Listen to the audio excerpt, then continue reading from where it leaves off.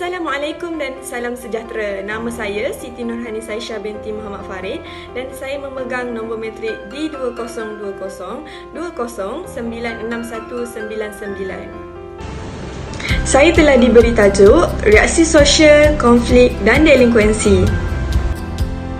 Saya teruskan dengan teori reaksi sosial. Apa yang dimaksudkan dengan teori reaksi sosial ni? Teori ini menerangkan bagaimana tingkah laku delinkuen yang berterusan berpunca daripada interaksi dan pertemuan sosial yang merosakkan.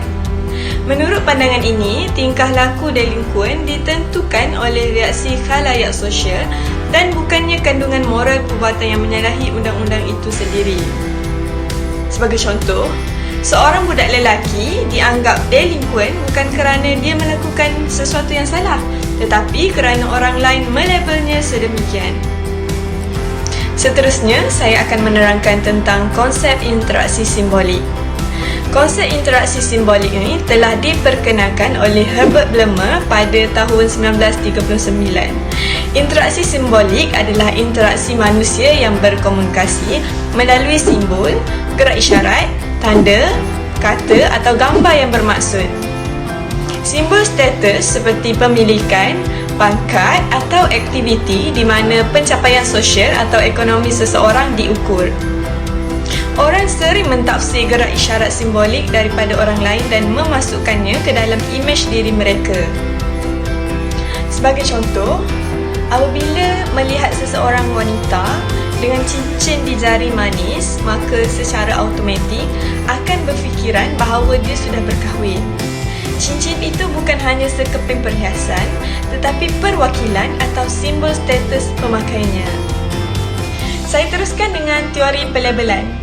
Teori pelabelan ini diasaskan oleh Edwin M. Lemmer dan sangat dipengaruhi oleh teori interaksionalisme simbolik dari tokoh Herbert Mead.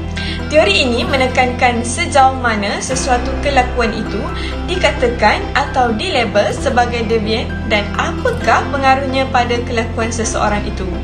Tingkah laku devian ni wujud disebabkan oleh penglabelan yang diberikan oleh masyarakat kepada seseorang individu atau sekumpulan manusia yang akhirnya menyebabkan mereka cenderung yang bertingkah laku yang benar-benar bertentangan dengan norma masyarakat. Pelabelan boleh dikategorikan kepada sifat positif dan sifat negatif. Penyelidikan menunjukkan bahawa orang yang dilabelkan dengan satu sifat positif menjadi menarik secara fizikal dan diandaikan mereka mempunyai ciri-ciri seperti pintar dan cekap. Label positif boleh meningkatkan imej diri dan kedudukan sosial. Sebaliknya, label negatif seperti pengacau, sakit mental dan bodoh boleh memberi stigma kepada penerima label ini dan mengurangkan imej diri mereka. Mereka yang telah menerima label negatif ini lebih cenderung untuk terlibat dalam tingkah laku delinkuen. Saya teruskan dengan teknik-teknik dalam mencegah delinkuensi. Teknik yang pertama adalah undang-undang dan keadilan. Ahli teori konflik sosial melihat undang-undang dan sistem keadilan sebagai kenderaan untuk mengawal ahli yang tidak mempunyai masyarakat.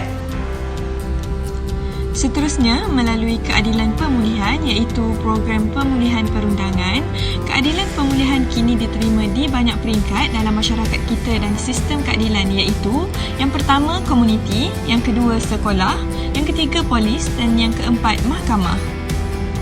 Teknik yang terakhir ialah Family Group Conferencing iaitu dipanggil FGC. Satu inisiatif keadilan pemulihan yang popular iaitu FGC ni, ia melibatkan kepada kumpulan orang yang paling tercecas oleh jenayah dan kenakalan iaitu mangsa, pesalah, keluarga dan rakan-rakan dalam memutuskan penyelesaian perbuatan delinkuen atau jenayah. FGC ini bermula apabila seorang fasilitator menghubungi mangsa dan pesalah untuk menerangkan proses dan menjemput mereka untuk persidangan itu. Fasilitator juga meminta mereka untuk mengenal pasti dan menjemput ahli utama. Penyertaan adalah secara sukarela. Untuk mengambil bahagian dalam FGC ni, belia ni, golongan muda ni yang menangkis mesti bersedia mengakui kesalahannya dalam perbuatan delinkuan itu. Mereka yang terlibat dibawa bersama oleh fasilitator terlatih untuk membincangkan bagaimana mereka dan yang lain telah dicederakan oleh kesalahan itu dan bagaimana kemudaratan itu boleh dibaiki.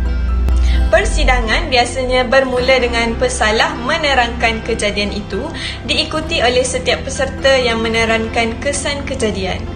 Mangsa berpeluang meluahkan perasaan dan bertanya soalan tentang kesalahan itu. Selepas perbincangan menyeluruh tentang kesan kesalahan tersebut pada mereka yang hadir, mangsa diminta untuk mengenal pasti hasil yang diingini daripada persidangan dan dengan itu membantu membentuk kewajipan yang akan diletakkan ke atas pesalah. Semua peserta boleh menyumbang kepada proses menentukan bagaimana pesalah mungkin membaiki kesalahan yang ditimbulkannya. Sesi berakhir dengan peserta menandatangani perjanjian yang menggariskan jangkaan dan komitmen mereka.